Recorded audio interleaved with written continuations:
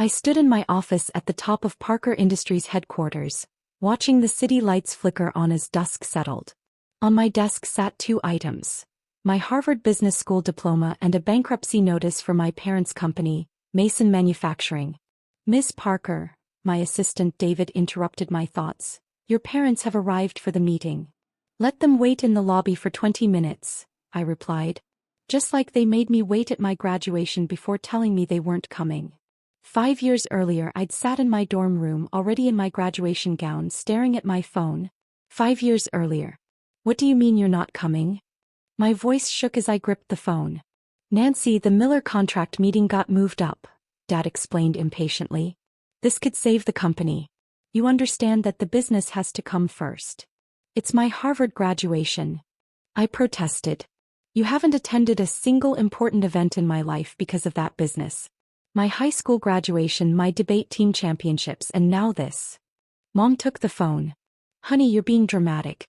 The business feeds this family. Pays for that fancy education of yours. The business is more important than one ceremony." "One ceremony?" I laughed bitterly. "This is my graduation from Harvard Business School. With honors. The education I got on scholarship, by the way, not from your business." "Well, then you should understand better than anyone," Dad came back on. "Business comes first. Always." I looked at the empty chairs I'd reserved in the graduation hall, right in the front row. "You're right. I do understand. I understand perfectly. That's my girl," Dad said, relief in his voice. "We'll make it up to you." "No," I said quietly. "You won't. Because after today you won't get the chance." I hung up and blocked their numbers. They didn't know that while they were choosing their failing business over their daughter, I'd been building my own empire. Starting with a small tech consulting firm in my dorm room, I'd grown Parker Industries into a powerhouse that specialized in turning around failing manufacturing companies. They didn't know that every time they missed a milestone in my life, I'd channeled that hurt into studying their industry, learning its weaknesses, preparing for the day I'd show them what real business leadership looked like. And they certainly didn't know that their precious Miller contract, the one more important than their only daughter's graduation, would fall through spectacularly, sending Mason Manufacturing into a death spiral that would end with today's meeting. 5 years later, I adjusted my designer suit and checked my reflection in the window. The shy, eager-to-please daughter they'd ignored was gone, replaced by a CEO whose company was known for its ruthless efficiency in acquiring and transforming failing businesses. "They've been waiting 23 minutes now," David announced. "Perfect." I picked up my folder containing the bankruptcy documents and their desperate email begging for a meeting with Parker Industries CEO. Time to teach them a lesson about priorities. "Should I tell them you're coming?" "No," I smiled, thinking of all the times they'd kept me waiting. "Let them sweat a little longer. After all, business comes first." The lobby of Parker Industries was all sleek glass and polished steel, a stark contrast to Mason Manufacturing's dated wood paneling and worn carpets. Through the security feed, I watched my parents shift uncomfortably on the modern furniture, looking small against the towering digital displays showing my company's latest successes. "The CEO of Parker Industries will see you now," David announced formally, leading them to my office. I stood with my back to the door, gazing out at the city skyline where several buildings bore the Parker Industries logo. The door opened and I heard my mother's sharp intake of breath. "Nancy." I turned slowly, savoring the shock on their faces. "Actually, it's Miss Parker in this building. Please take a seat." They sank into the chairs across from my desk, their expressions cycling through disbelief, confusion, and, finally, dawning comprehension. You own Parker Industries?" Dad stammered. "Built it from scratch," I replied, sitting down. "Started it in my dorm room at Harvard. You know, during that graduation ceremony you missed." "Why didn't you tell us?" Mom asked. "Tell you?" I laughed. "When? During the Christmas calls you never made? The birthdays you forgot because of inventory meetings? Or maybe during my graduation that was less important than a contract you ended up losing anyway?" Dad straightened in his chair. "Now listen here, young lady dash." "No, you listen," I cut him off, pulling up Mason Manufacturing's financials on my office wall screen. "Your company is 3 weeks from complete collapse. You've lost 70% of your market share in 5 years. Your equipment is obsolete, Your processes are inefficient and your management style. I paused, looking directly at them. Well, let's just say prioritizing business over family didn't work out so well, did it? We need capital, Mom said quietly. Just a bridge loan to modernize dash. Like the loan you could have gotten 5 years ago? When I sent you that detailed modernization proposal right after graduation. The one you dismissed because, and I quote, "What does a fresh graduate know about real manufacturing?" They had the grace to look ashamed. Well, I continued, opening a folder. Now this fresh graduate owns the largest manufacturing modernization firm in 3 states. And you're here begging for a meeting. We're not begging, Dad protested weakly. I pulled out their email and read aloud, "Dear CEO of Parker Industries, we desperately need your help. Our company, our life's work, is failing. Please, we'll do anything." Sounds like begging to me. I placed the email down. So let's talk about anything. I slid 2 documents across the desk. Option 1. Parker Industries buys Mason Manufacturing for pennies on the dollar. You both retire immediately with basic pension. No golden parachutes, no consulting positions, no board seats. And option 2? Mom asked. Option 2, I let Mason Manufacturing go bankrupt. Then I buy it for even less at auction and you get nothing. Your choice. You'd do that to your own parents? Dad's face reddened. Business comes first, I quoted back to them. Isn't that what you always taught me? We were trying to build something for you. Mom burst out. No, I corrected coldly. You were trying to build something for yourselves. And you failed. At both the business and being parents. I stood up, walking to my display case.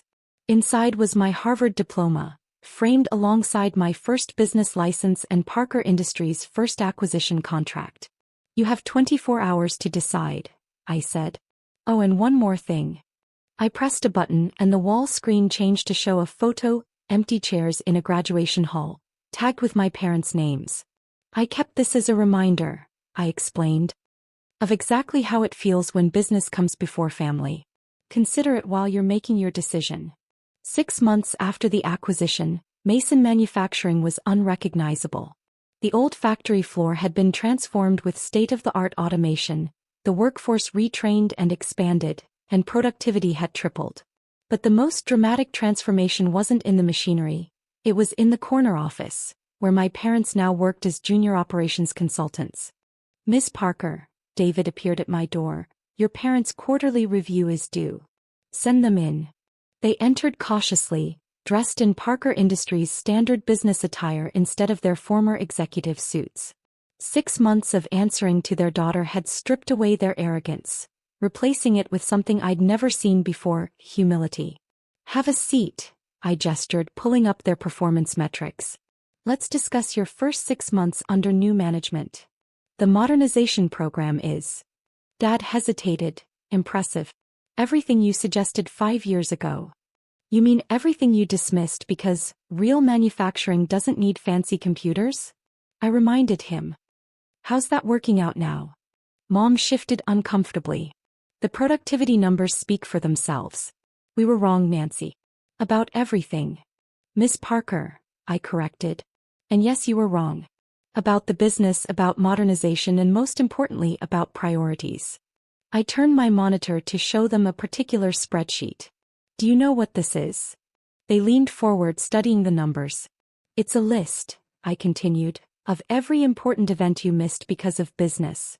My debate championships, honor society inductions, graduations, each one with the corresponding Mason Manufacturing meeting or crisis that was supposedly more important. Nancy, Miss Parker, Dad corrected himself, we thought we were doing the right thing. The right thing. I stood, walking to my wall of achievements. While you were missing my life milestones for your failing business, I was building this. Every award, every acquisition, every success, achieved while maintaining 100% attendance at my employees' important family events. We've noticed, Mom said softly. The way you run things here, it's so different. Because I learned from your mistakes, I replied. Every time you chose business over family, I promised myself I'd find a way to do both. Every time you dismissed innovation for tradition, I studied harder to prove you wrong. David appeared with a new set of documents. The new contracts are ready. I handed my parents 2 folders. Open them. Inside were employment contracts, real ones, not the temporary consulting positions they'd held for 6 months. You're keeping us on? Dad asked, surprised. I'm offering you a chance to learn, I corrected. These are 5-year contracts for senior manufacturing advisors. The compensation is fair, the hours are reasonable, and most importantly, I pointed to a specific clause: mandatory attendance at family events is required. Family events? Mom whispered. Yes. Starting with dinner at my house this Sunday. All employee families are invited. It's a monthly tradition at Parker Industries. We celebrate birthdays, achievements, graduations. You know, all those things you thought weren't as important as business. They stared at the contracts, then at each other. When do we start? Dad asked quietly. You already have. I turned to my window, looking out at what used to be their factory. For 6 months, you've been learning what real business leadership looks like. The question is, are you ready to learn what real family looks like too? We'd like to try, Mom said, her voice thick with emotion. Good. I sat back down. Because unlike you, I believe family and business can coexist. But remember this. I pointed to the nameplate on my desk. I'm not just your daughter anymore. I'm the CEO who saved your company when your priorities destroyed it. As they left, clutching their new contracts, I heard Dad say to Mom, our daughter built an empire by doing everything we said couldn't be done. No, I murmured, watching the sun set over my expanding industrial park. I built it by doing everything you should have done. Putting people first, embracing innovation, and remembering that true success isn't measured by contracts won, but by moments shared.